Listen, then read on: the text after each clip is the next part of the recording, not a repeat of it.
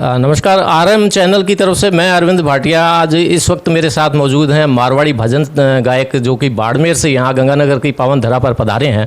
बहुत बहुत स्वागत है सर आपका।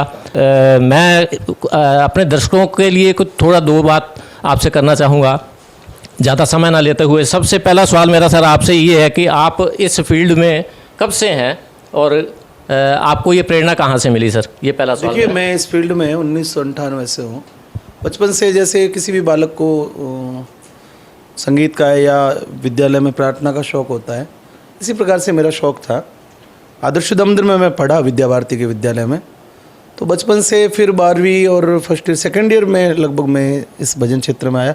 चूँकि मुझे उस समय के जो कैसेट में जो भजन राजस्थानी आते थे वो बड़े पसंद आते थे, तो मैं उनकी तैयारी किया। फिर मैंने कहीं गायन शुरू किया, तो धीरे धीरे कार ये यात्रा शुरू हो गई। तो मेरा दूसरा सवाल आपसे सर ये है कि गंगानगर में आपका आगमन पहली बार हुआ या तीसरी बार आया? बहुत वर्ष पहले बीरबल चौक पे हमने कार्यक्रम किया था जीनगर समाज का। उसके बाद में एक गोयल बगीची, गोपी राम जी की गोयल जी की बगीची, वहाँ पर हमने एक देशभक्ति महाराणा प्रताप के संबंधित कार्यक्रम किया था। और मेरा बहुत समय से मन था, चूँकि पदमपुर करणपुर आसपास के क्षेत्रों में लगभग नियमित रूप से मेरा आना रहा।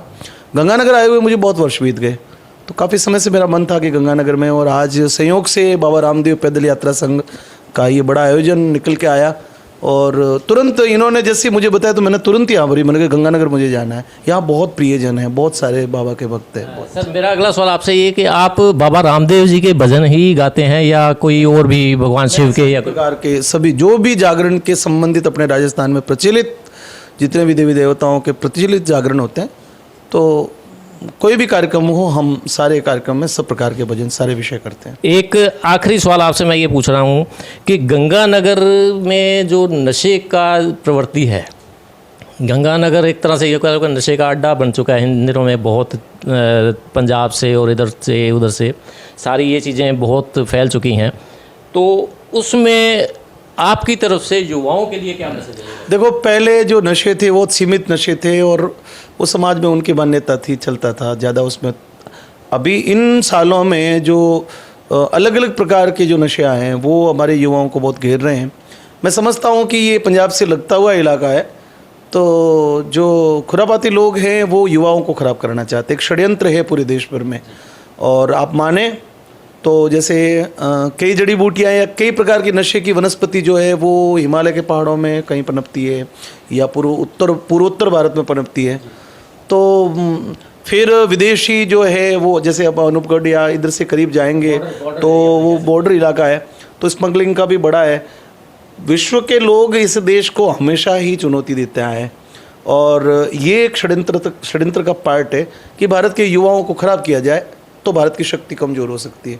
मैं मानता हूँ कि युवाओं को बहुत ज़्यादा आगे बढ़ने की उनकी अपेक्षा होती है, परंतु शक्तिहीन जब वो महसूस करते हो तो इस प्रकार के सहारे लेते हैं, लेकिन वो जीवन के लिए घातक है, वो समाज की व्यवस्था के लिए घातक है।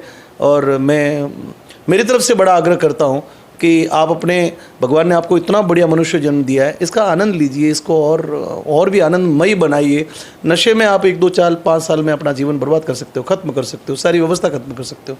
तो व्यक्ति को खुद को जागरूक होना पड़ेगा। प्रशासन और सारी चीज़ें, अंकुश से ये चीज़ें नहीं मिटती है। व्यक्ति खुद जागृत होगा तो ये सारी चीज़ें मिटेगी। मैं इसका घोर विरोधी हूँ, मैं इसकी निंदा करता हूँ।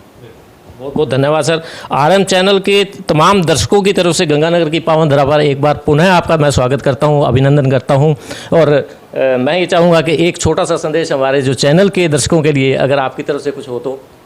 देखिए, वो मैं आपकी आयु देख के मुझे लगता है कि शायद आप बहुत वर्षों से इस कार्य में सेवा कर रहे हैं, और आजकल डिजिटल मीडिया है। पहले टीवी के लिए लोग तरसते थे, कोई 50-100 घरों में एक आधी टीवी हुआ करती थी, लेकिन आज एक सुलभ व्यवस्था है। हम अपनी बात को मात्र कुछ सेकंडों में दुनिया तक पहुंचा सकते हैं। और आपका चैनल समाज में जो सद्कार्य हैं, समाज में धार्मिक कार्य है, जो अच्छी बातें हैं या क्राइम होता है उसके विरुद्ध में आवाज़ उठाने, ये मीडिया और पत्रकारिता की एक विशेषता होती है। और आप सारे मंचों पर, सारे मसलों में आप दबंग रूप से खड़े रहते हैं। मैं आपके और आपके संपूर्ण चैनल के सभी लोगों को बहुत बहुत शुभकामनाएं देता हूं, और सभी दर्शकों को मैं आज के इस कार्यक्रम के लिए आमंत्रित कर रहा हूं। यदि आपको ये सूचना समय पे मिल जाए तो मीरा चौक में बाबा रामदेव जी महाराज का भव्य जागरण बहुत वर्षों बाद में होने जा रहा है। तो आप आइए, 2-4 घंटे आनंद लीजिए। मैं भी बहुत दूर से आया हूँ। आप सभी लोग को नमस्कार, प्रणाम। बहुत बहुत धन्यवाद प्रकाश माली जी आपका।